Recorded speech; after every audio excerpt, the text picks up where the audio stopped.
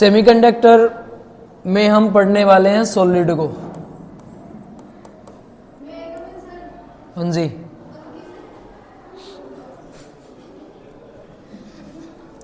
Solid में भाई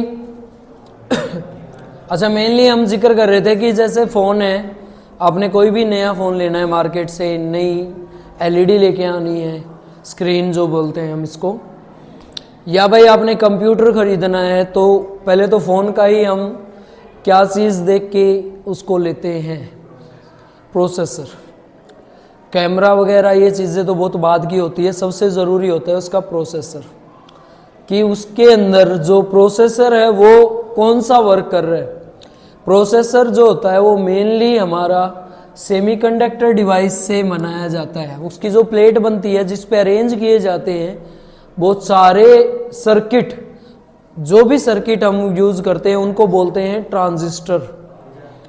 छोटे छोटे आपने पोर्ट देखे हो, क्या चल रहा है भाई वहाँ, बाद में लेके आना है, बैठ जाओ इधर, नहीं लेके आना अभी, सबके ही ना ले आते, फिर अलग अलग जाएंगे लेने, बाद में करना चेक।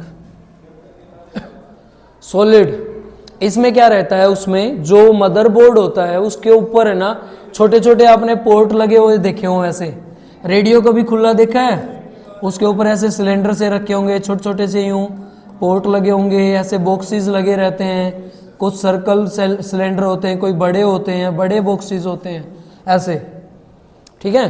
कुछ इनके कलर भी अलग अलग होते हैं, येलो, रेड, ग्रीन, ब्लैक, ऐसे हम उसमें यूज करते हैं। तो ये मदरबोर्ड के ऊपर जितने भी ये ऊपर लगे रहते हैं ना, इनको बोलते हैं ट्रांजिस्टर, ठीक है। ट्रांजिस्टर का मतलब ये जंक्शंस बनते हैं, इनके बारे में हम कंप्लीट इसमें सीखने वाले हैं कि ये कैसे काम करते हैं। तो मेनली किसी भी सर्किट को बनाने के लिए जो बोर्ड यूज होता है ना, वो बोर्ड हमारा सेमीकंडक्टर होता है। उस सेमीकंडक्टर में भी हम काफी टाइप पढ़ेंगे कि वो कौन कौन सी यूज होती है। उसको पढ़ने के लिए सबसे जरूरी है सॉलिड को स्टडी करना, क्योंकि मोस्टली जितने भी हम मेटल, नॉन मेटल यूज करते हैं या मटेरियल हम यूज करते हैं किसी भी कम्युनिकेशन सिस्टम के लिए, किसी भी डिवाइस को मैन्युफैक्चर करने के लिए, उनमें हम या तो मेटल का यूज करते हैं या नॉन मेटल का यूज करते हैं, वो भी किस फॉर्म में, सॉलिड की फॉर्म में हम उसको यूज करते हैं। कोई प्लेट यूज करनी है, कोई सेल यूज करना है, कोई रोड यूज करनी है या टर्मिनल यूज करनी है, वो सभी के सभी किस फॉर्म में होते हैं, सॉलिड की फॉर्म में रहते हैं, ठीक है। उस सॉलिड की फॉर्म को किस तरीके से अरेंज किया जाता है, किस तरीके से हम यूज करते हैं, उसको हमने स्टडी करना है। तो मोस्टली हम जो सॉलिड की कॉन्फ़िगरेशन के साथ मटेरियल की कॉन्फ़िगरेशन पढ़ते हैं, वो 3 टाइप में हम स्टडी कर चुके हैं पहले भी। एक जो रहेंगे वो हमारे कंडक्टर रहेंगे, कुछ हमारे रहेंगे वो सेमीकंडक्टर रहेंगे, और कुछ मटेरियल जो रहते हैं वो कौन से रहते हैं, इंसुलेटर। कंडक्टर कौन से होते हैं, बोले बोले, बताया तो बता दे।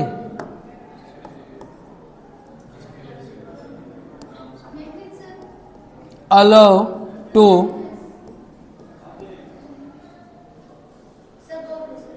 किसको, कौन कौन बोल रहे हैं, सर को बोले क्लास चली हुई, क्लास के बाद आएंगे।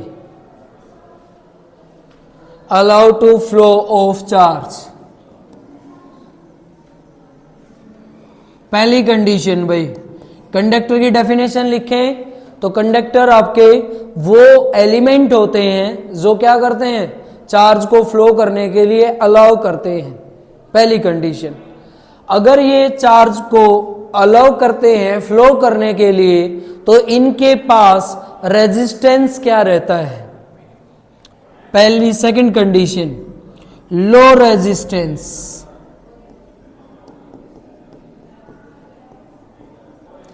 आपसे इस चैप्टर में जो जरूरी है वो है रेजिस्टेंस की वैल्यू, कि लो रेजिस्टेंस कितना रहेगा। तो इसका जो लो रेजिस्टेंस होता है वो 10 की पावर इनवर्स 8 टू 10 की पावर इनवर्स 2 ओम तक रहेगा। स्टार लगा के इसको याद रखना है, पेपर में फंसेगा ये पक्का। सेमीकंडक्टर डिवाइस के लिए कंडक्टर का लो रेजिस्टेंस कितना रहता है? 10 की पावर 8 से लेके 10 की पावर 2 तक। ये लो रेजिस्टेंस को हम बोलते हैं रेजिस्टिविटी।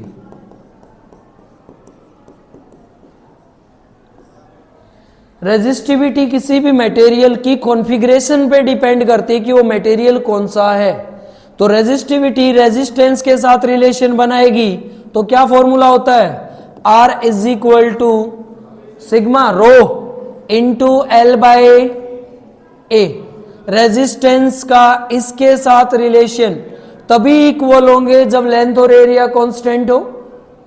लेंथ और एरिया अगर कांस्टेंट है तो रिलेशन डायरेक्टली प्रोपोर्शनल हो जाएगा। वो इन दोनों का रिलेशन है। रेजिस्टेंस लेंथ के साथ इंक्रीज होता है, एरिया के साथ डिक्रीज होता है। रेजिस्टिविटी के ऊपर कोई इफेक्ट नहीं पड़ता लेंथ को इंक्रीज और डिक्रीज करने से। क्लियर है? रेजिस्टेंस पे इफेक्ट पड़ेगा, रेजिस्टिविटी पे कोई इफेक्ट नहीं पड़ेगा। ये इसकी रेजिस्टेंस वैल्यू है जो रेजिस्टिविटी के इक्वल रहेगी जब लेंथ और एरिया कांस्टेंट होगा। तो इनको यूनिट जब देंगे ना तो रेजिस्टिविटी लो रेजिस्टेंस की है, यूनिट आपने रेजिस्टिविटी की देनी है। रेजिस्टिविटी की यूनिट क्या होती है? ओम मीटर इनवर्स। मीटर स्क्वायर के मीटर, मीटर इनवर्स नहीं होती, ओम मीटर होती है। देख लेना भाई, बना लो बेटा जी formula. Rho is equal to R into में A by L, unit is ohm metre. ठीक है, गलत मत करना बेटा जी, चाहे उसको ना 2-3 बार लिख लेना। कोई भी पेपर में क्वेश्चन आप लोगों ने सिंगल गलत नहीं करना है। चले, ये इसकी रेजिस्टिविटी है। तो रेजिस्टिविटी को किससे रिप्रेजेंट करेंगे? रो से। तो यहां पे ध्यान रखना है, आपने इसका सिंबल रखना है रेजिस्टिविटी का, रो। रो की वैल्यू है ये कितनी? 10 की पावर इनवर्स 8 टू 10 की पावर इनवर्स 2। ठीक है, रेजिस्टिविटी लो है तो इसकी कंडक्टिविटी कैसी होगी? इसकी कंडक्टिविटी कैसी होगी? हाई। तो इसको बाद में लिख लेंगे, पहले इसी को एक्सप्लेन कर लेते हैं पूरा।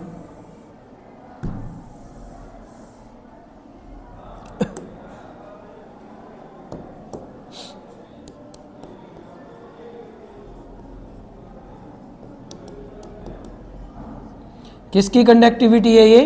कंडक्टर की। कंडक्टिविटी क्या होती है?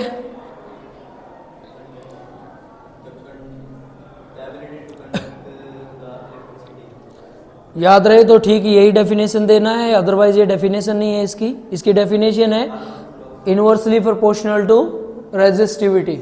रेजिस्टिविटी की क्या होती है? ये रेसिप्रोकल होती है, जिसको सिग्मा से रिप्रेजेंट करते हैं। फार्मूला होता है 1 बाय रो। ठीक है, तो यूनिट क्या हो जाएगी इसकी? उल्टी हो जाएगी, ओम इनवर्स मीटर इनवर्स। ठीक है, वैल्यू अगर ये इसकी इनवर्सली प्रोपोर्शनल है तो वैल्यू भी क्या होनी चाहिए? उल्टी ही होनी चाहिए। तो वैल्यू कितनी हो जाएगी? 10 की पावर 2 टू 10 की power 8 ohm inverse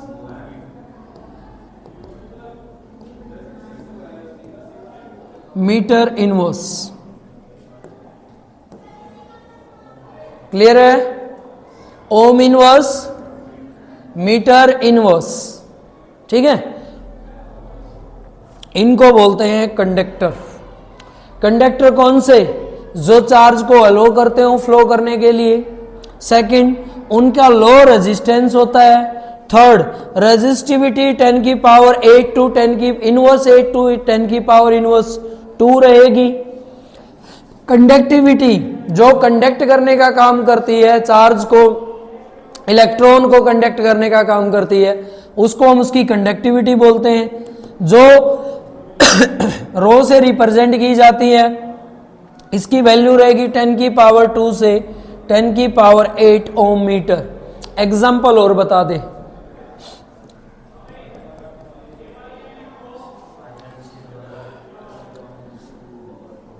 copper best conductor of electricity, silver सी एजी,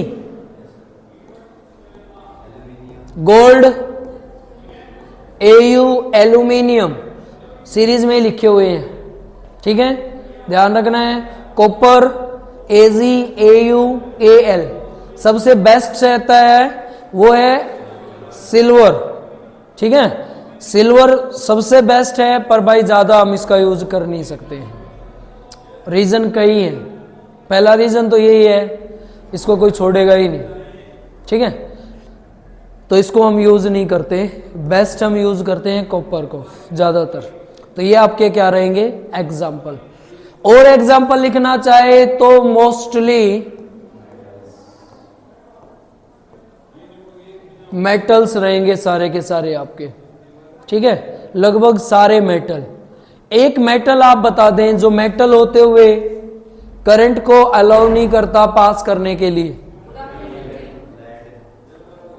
गुड आफ्टरनून, पानी नहीं, चाय चाय रख दो, पानी तेज गर्म नहीं है, रख दो फिर तो। मेटल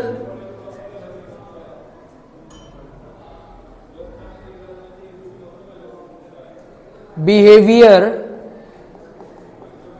लाइक ए इंसुलेटर, कौन है? मरकरी और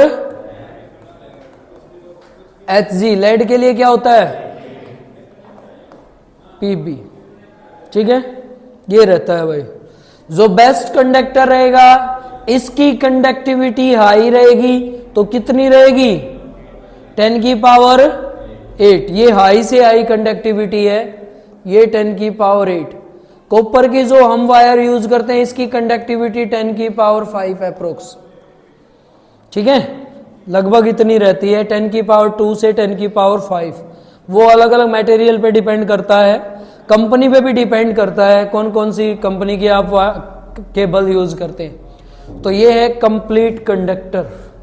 बोले कंडक्टर के स्ट्रक्चर को जब हम रिलेट करेंगे उससे पहले हमें जानना है कि स्ट्रक्चर बनता कैसे है सॉलिड का। अभी तक तो कंडक्टर को हम स्ट्रक्चर में पढ़ रहे थे, तो वो स्ट्रक्चर हम पढ़ते हैं क्रिस्टलाइन स्ट्रक्चर। किसी भी सॉलिड का जब स्ट्रक्चर बनता है तो दो टाइप का स्ट्रक्चर बनेगा, एक क्रिस्टलाइन और एक एमोर्फस, ठीक है। जो क्रिस्टलाइन स्ट्रक्चर होता है उसमें हम एटम रिप्रेजेंट करते हैं, और जो सेकंड स्ट्रक्चर रहता है एमोर्फस, जो हम स्ट्रक्चर यूज करते हैं, वो दो टाइप के होते हैं। दो टाइप के भी कौन से? उनमें यूज करते हैं हम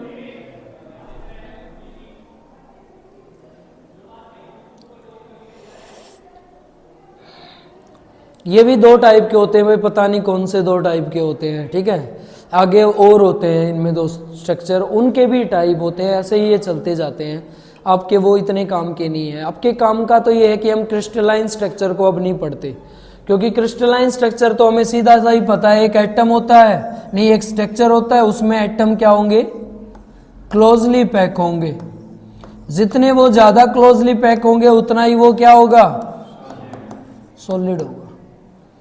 हैं तो सारे के सारे ही सॉलिड, ठीक है। तो ये है आपका कंडक्टर। बताएं कंडक्टर क्लियर है क्या?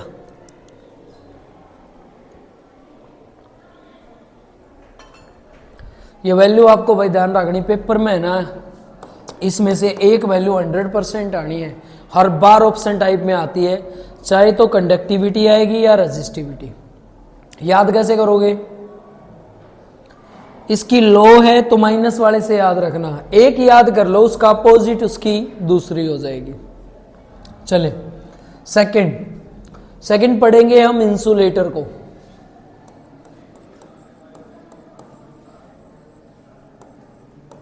क्या होते हैं इंसुलेटर?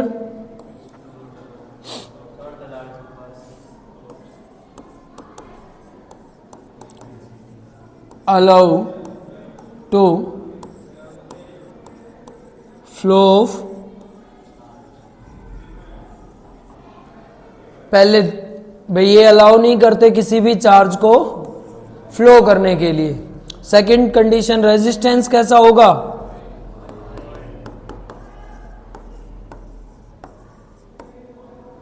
अगर रेजिस्टेंस आई है तो रेजिस्टिविटी भी कैसी होगी?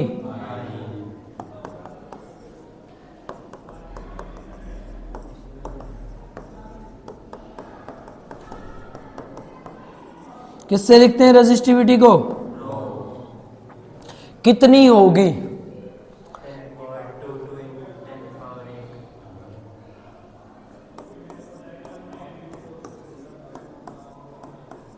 नाइनटीन, 10 की पावर 11 से लेके 10 की पावर 19 तक क्या है यूनिट?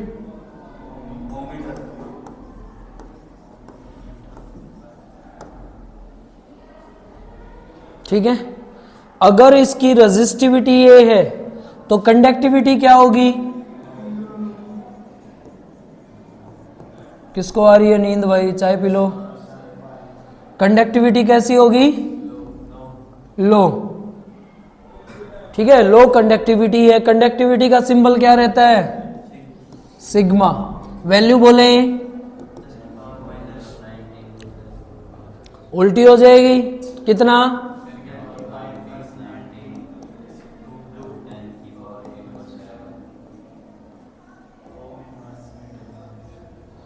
इनवर्स 11।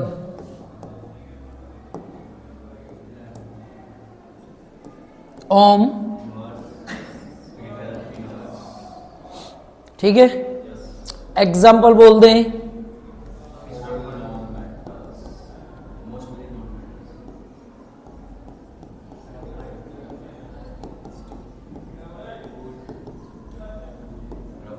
फॉर एग्जाम्पल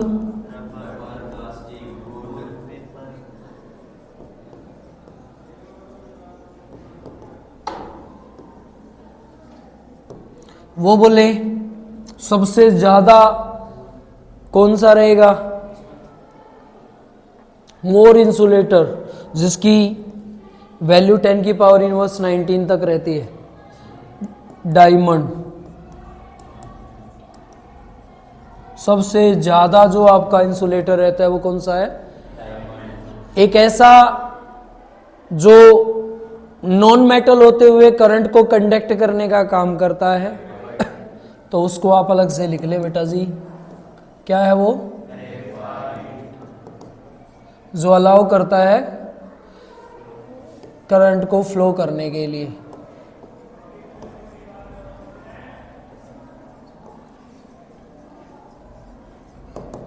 ये है आपका इंसुलेटर। बोलें क्लियर है क्या? इंसुलेटर में भी याद करने का इसमें अलग क्या है? आपकी रेजिस्टिविटी और कंडक्टिविटी। ठीक है भाई, ये रहता है। इसमें आप काफ़ी टाइप के इंसुलेटर पढ़ेंगे। इंसुलेटर के रेजिस्टेंस को चेंज कर पाना लगभग ना के बराबर है, पॉसिबल सा नहीं है। कुछ ही की कंडीशन है जिनसे हम इसको चेंज कर सकते हैं।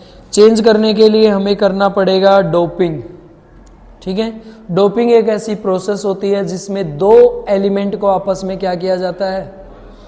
मर्ज किया जाता है। उसको करने के लिए काफ़ी कंडीशंस रहती हैं, किस तरीके से आप उसको मर्ज कर सकते हैं।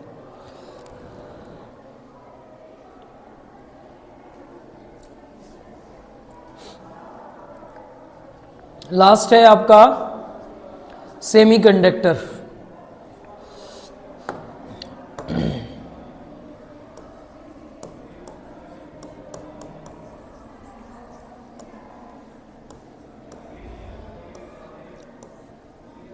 सेमीकंडक्टर क्या होते हैं?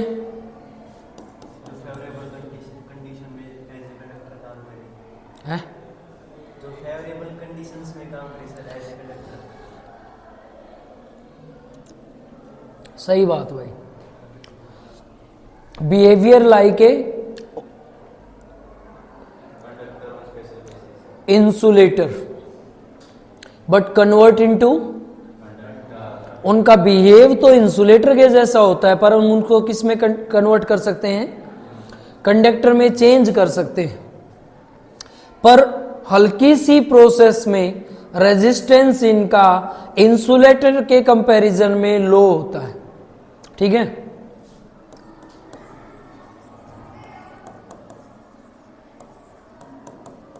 Like a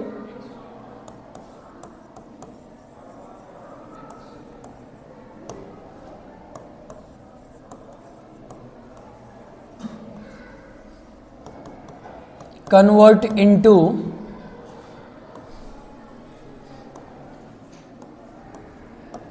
conductor. ठीक है, रेजिस्टेंस कैसा होता है? हाई रेजिस्टेंस होता है, लेकिन हल्का फुल्का उससे क्या रहेगा? कम रहेगा। हाई रेजिस्टेंस है तो रेजिस्टिविटी भी कैसी होगी? कितनी?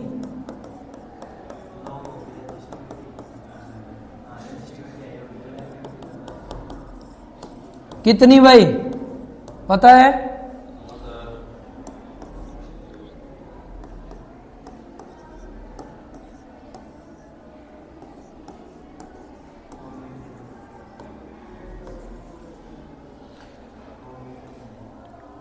टेन की पावर -4 टू 10 की पावर 8। ठीक है, -4 2 की ही रहती है, 0 से कम 2 की ही रहती है, या 0 के आजू बाजू जो रहेगी वो रहेगी हमारी सिलिकॉन और जर्मेनियम की। याद दिलाना मेरे को, उसकी लिखवानी बहुत जरूरी है। ठीक है, चलो, रेजिस्टिविटी रहेगी ये, रेजिस्टिविटी ये है तो कंडक्टिविटी क्या होगी?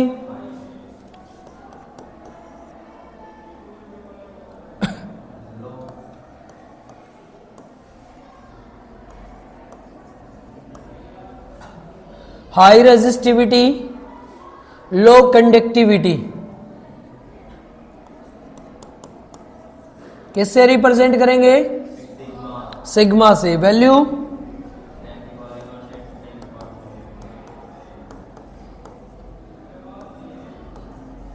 ओम इनवर्स, मीटर इनवर्स। क्वेश्चन आएगा सेमीकंडक्टर क्या है, तो बहुत सारे हैं। प्योर सेमीकंडक्टर कौन से हैं? Example, silicon atomic number 14, germanium atomic number 22। दोनों याद हो, दोनों की इलेक्ट्रॉनिक कॉन्फ़िगरेशन भी याद हो। सिलिकॉन की electronic configuration sp_d 1s2 2s2 2p6 3s2 3p2। ठीक है, और कंप्लीट के लिए क्या चाहिए? p6 चाहिए, तो वैलेंसी यहीं से निकलती है। कितनी है वैलेंसी इसकी? 4। पता कैसे चलता है? इसकी जो complete field up energy configuration. अच्छा, ये sp_d किसको बताते हैं? ऑर्बिटल। क्या ऑर्बिटल? ऑर्बिटल का क्या बताते हैं? ऑर्बिटल का तो पता ही है पहले ही भाई। एक है हाइड्रोजन, क्या लिखेंगे उसको? 1s1। वो क्या बता रहे हैं 1s1? उसके पास एक सेल है और उस सेल में एक इलेक्ट्रॉन है। ये तो KLMN से भी पता चल जाता, ये तो KLMN से भी पता चल रहा है। K में है, एक है और एक ही इलेक्ट्रॉन है, बात खत्म। फिर सब ऑर्बिटल तोड़ने की क्या जरूरत थी?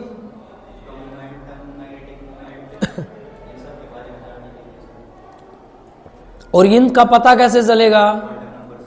हाँ, मेन क्या है, सब में जरूरी ये है, इनको बनाने का मतलब ये बता रहा है उस ऑर्बिट में कितनी एनर्जी उसके पास है और कितने की उसको जरूरत है, ये डिफाइन कर रहा है। इसमें 2 इलेक्ट्रॉन फ्री घूम रहे हैं, अगर वो फ्री घूम रहे हैं तो उस ऑर्बिटल की एनर्जी लेस है, क्योंकि ऑर्बिट की एनर्जी कैसी होती है? Non radiate.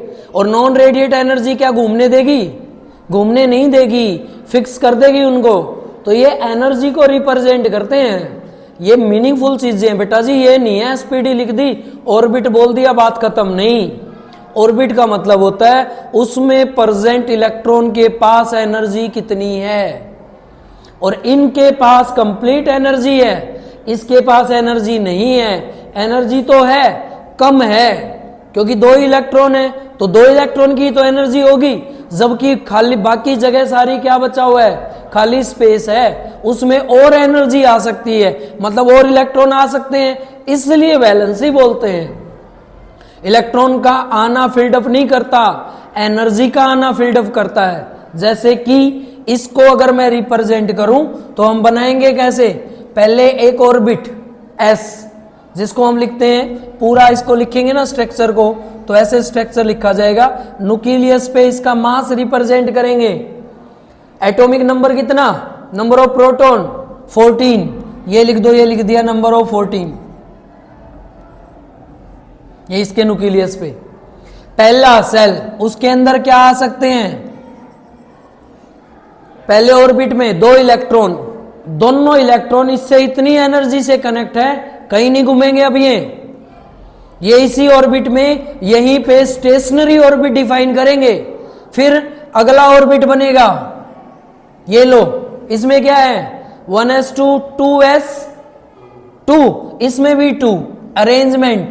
ये देखो ऑर्बिट थोड़ा बड़ा हो गया, लेकिन फिर भी एनर्जी जो इनके पास है वो फिक्स है। हालांकि इस ऑर्बिट से इस ऑर्बिट की एनर्जी अलग है, इसमें माइनस के 13.6 इलेक्ट्रॉन वोल्ट, अगले की अलग है क्या, नहीं होगी ना अलग एनर्जी। वो अलग एनर्जी स्पेक्ट्रम रिप्रेजेंट करती है किसके बीच में, ऑर्बिट के बीच में। अगला ऑर्बिट बनाओ, कितने हैं, 6 है, तो 6 की अरेंजमेंट 1 2 3 4 5 6, ये है। अगले में 3s2, अगले वाला रिप्रेजेंट करेंगे तो ऑर्बिट आपका 3s रहेगा, जिसमें कितने हैं 2 इलेक्ट्रॉन है, और लास्ट वाला जो बनेगा ना उसमें वो फ्रीली मूव कर रहे हैं। तो इलेक्ट्रॉन सारे फ्री मूव नहीं करते, सिर्फ आउटर ऑर्बिट वाले फ्रीली मूव करते हैं, उन्हीं को फ्री इलेक्ट्रॉन बोला जाता है। और जिसके पास फ्री इलेक्ट्रॉन होंगे उसी में से करंट कंडक्ट हो जाएगा। लेकिन फ्री इलेक्ट्रॉन हैं कहाँ, तो उसके लिए भी बैंड बनेंगे, उनके लिए भी सिस्टम के अंदर जगह होती है कि वो फ्री हैं कहाँ पे। ये सारे के सारे फिक्स हैं, और जो ये फिक्स जहां पे रहते हैं उसको बोलते हैं वैलेंस बैंड।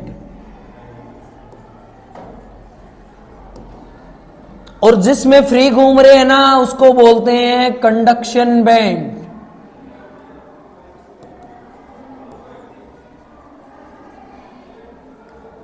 ठीक है, तो ये कॉन्फ़िगरेशन रहती है, ऐसे बताए जाते हैं। इनका मतलब एसपीडी का मतलब ये रहता है, इनका मतलब ये नहीं है भाई लिख दिया केमिस्ट्री में और एसपीडी बन रहे हैं तो नंबर ऑफ इलेक्ट्रॉन उसमें है, नहीं। ये क्वांटम थ्योरी को रिप्रेजेंट कर रहे हैं जिसके अंदर प्रेजेंट इलेक्ट्रॉन का मोमेंटम जज करना है, और मोमेंटम कौन बताएगा, उनकी एनर्जी बताएगी, तो वो एनर्जी को डिफाइन करता है। ऐसे ही जर्मेनियम के लिए बोले क्या लिखें, 1s2 2s2 2p6 3s2 3p6 3d10, total करना एक बार, 2 2 4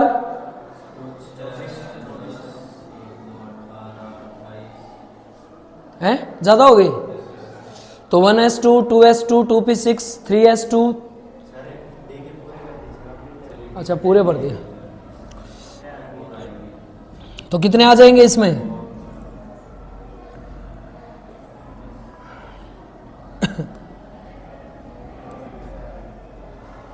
वैलेंसी तो 4 रखनी है, चेंज करो कहाँ क्या चेंज होगा। हाँ सही है, 3d4 4 ही है, ठीक है। ये कॉन्फ़िगरेशन रहेगी 1s2 2s2 2p6 3s2 3p6 3d4, ठीक है भाई। तो ये सिलिकॉन के लिए याद रखना है, ये जर्मेनियम का, हालांकि कोई ज़्यादा लेना देना है नहीं, पर 1-2 टॉपिक में इनसे हमें भाई कुछ ज़रूरत पड़ेगी। हमें लेना देना है इसका ठीक है। अब देखो ये क्या बता रहे हैं 3p2, ये बता रहे हैं कि इसके पास 2 इलेक्ट्रॉन है और 4 की जगह है, 4 की जगह है ना, इसके पास 2 इलेक्ट्रॉन है इसके पास और 4 की जगह है। उस जगह को कंप्लीट अगर हम कर दें तो सारे बैलेंस हो जाएगा, सैचुरेटेड हो जाएगा वो। अगर ऐसी कंडीशन होगी जब सैचुरेटेड आपके पास न्यूक्लियस बन जाएगा तो फ्लो ऑफ इलेक्ट्रॉन बनने मूव होने बंद हो जाएंगे, फ्री इलेक्ट्रॉन नहीं होगा तो करंट कंडक्ट नहीं होगा। अब फ्री है ना इसके पास, ये इलेक्ट्रॉन क्या करते रहते हैं, मूव करते रहेंगे और इनकी वजह से जो फिक्स ऑर्बिट है उनमें से इलेक्ट्रॉन जंप करते रहेंगे, क्योंकि इनके पास एनर्जी है जंप करने की भी है। वो जंप करेंगे ना तो वो जगह खाली हो जाएगी और जो जगह खाली हो जाएगी ना वहीं पे होल बन जाएंगे। तो यहां पे इलेक्ट्रॉन को लिखते हैं Ne से,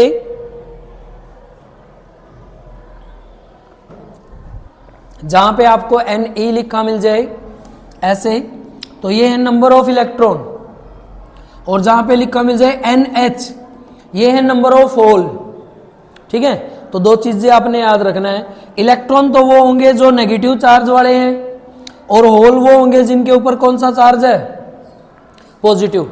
ये ना एक छोटी सी मतलब समझने की इक्वेशन है जिसमें ये बता रहा है, जैसे मान लो ये है, यहां पे इलेक्ट्रॉन है 2 और एक इलेक्ट्रॉन यहां से जंप करके चला गया, ये लो इलेक्ट्रॉन यहां से जंप करके इधर चला गया।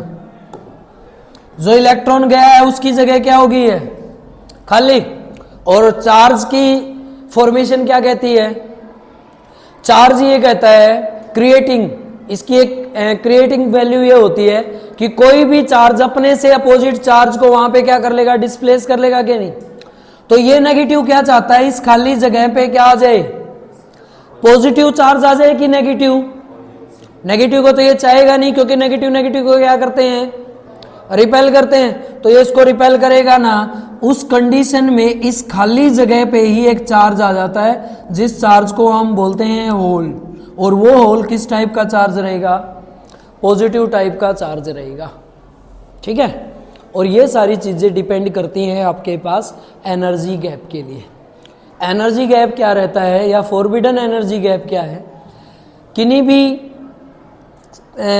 एलिमेंट के स्ट्रक्चर के लिए, जो एलिमेंट का हम स्ट्रक्चर पढ़ते हैं, इस स्ट्रक्चर में 3 बैंड आपके पास रहते हैं जिनको ऐसे रिप्रेजेंट किया जाता है। इसको आपने कंस्ट्रक्शन बेसिक में ही रखना है। कोई भी मटेरियल हमेशा आपका 2 बैंड से मिलके बना होता है और इनके बीच में एक गैप होता है, इस गैप को बोलते हैं एनर्जी गैप। इजी से लिखेंगे इसको। जो अपर बैंड है ना इसको बोलेंगे CB कंडक्शन बैंड, और नीचे वाला जो बैंड है इसको बोलेंगे VB valence band. Valence band में तो वैलेंसी, जैसे कि अब क्या थी इसमें, सिलिकॉन में 2, लास्ट में कितनी है, लास्ट में कितने थे उसमें 2 रखे थे ना, वो 2 इलेक्ट्रॉन यहां होंगे।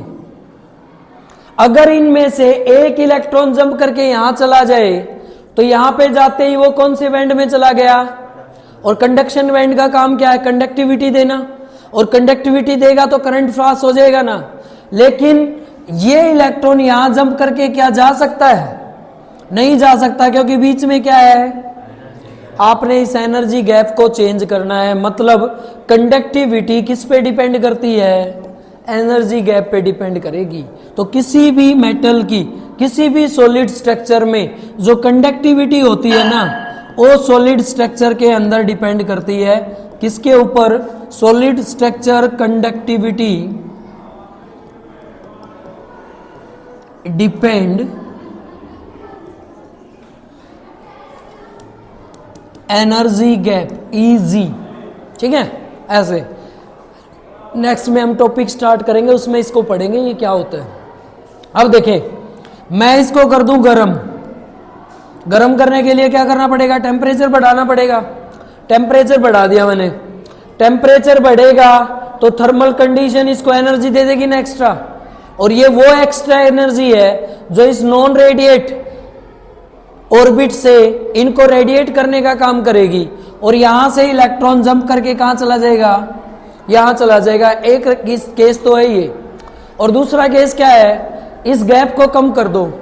गैप को कम करने का मतलब ऊपर वाले बैंड को नीचे वाले बैंड के पास ले आओ, लेकिन ऐसा अपने आप से तो पॉसिबल होगा नहीं।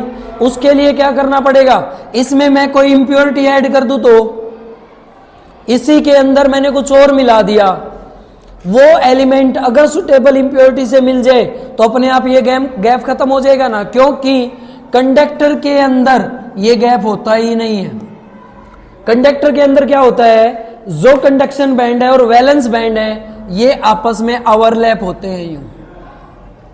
क्या इलेक्ट्रॉन को जंप करवाने के लिए किसी और एनर्जी की जरूरत है? यहां इसकी वैलेंसी पड़ी हुई है, ये यहां से यहां जंप करने हैं, फ्रीली मूव करते रहेंगे। फ्रीली मूव करेंगे, यहां से इलेक्ट्रॉन इधर गया, यहां क्या बन गया, एक नेगेटिव एक पॉजिटिव, क्या बना देगा, करंट नहीं बना देगा। तो करंट बन गया ना, तो किसी भी मेटल में करंट इजीली इस तरीके से फ्लो करता है। इंसुलेटर में क्यों नहीं करेगा, उसमें एक बैंड इधर है एक बैंड इधर है, बीच में क्या है, पूरा एनर्जी का एनर्जी गैप। कुछ भी कर लो, क्या इलेक्ट्रॉन जंप कर पाएगा? जंप करके ज्यादा से ज्यादा यहां से यहां आ जाएगा, वो पहुंचेगा ही नहीं ऊपर, और ऊपर नहीं पहुंचेगा तो क्या करंट पास होगा? नहीं होगा। किसी भी सूखी लकड़ी में से करंट पास नहीं होता, पर गिल्ली में से हो जाता है। तो उसका रीजन ये होता है, जब वाटर आता है ना, वो वाटर इस गैप को क्या कर देता है, फिल्ड अप कर देता है, भर देता है। और वाटर के पार्टिकल जब इसमें भरेंगे तो एनर्जी गैप ये इसके कांटेक्ट में आ जाता है। कांटेक्ट में आएगा तो इलेक्ट्रॉन क्या होना स्टार्ट हो जाएंगे, पास होना स्टार्ट हो जाएंगे, जिस वजह से उसमें करंट पास होना शुरू हो जाता है। तो कल हम या नेक्स्ट डे जब भी हम स्टार्ट करेंगे, हम पढ़ेंगे इनके एनर्जी लेवल डायग्राम।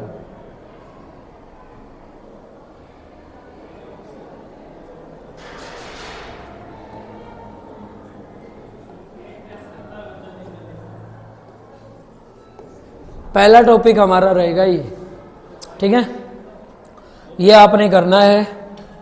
इसके साथ में आपकी छुट्टी है, तो भाई 2 क्वेश्चन आप जो करके आएंगे वो लिख ले। पहला क्वेश्चन आपने करके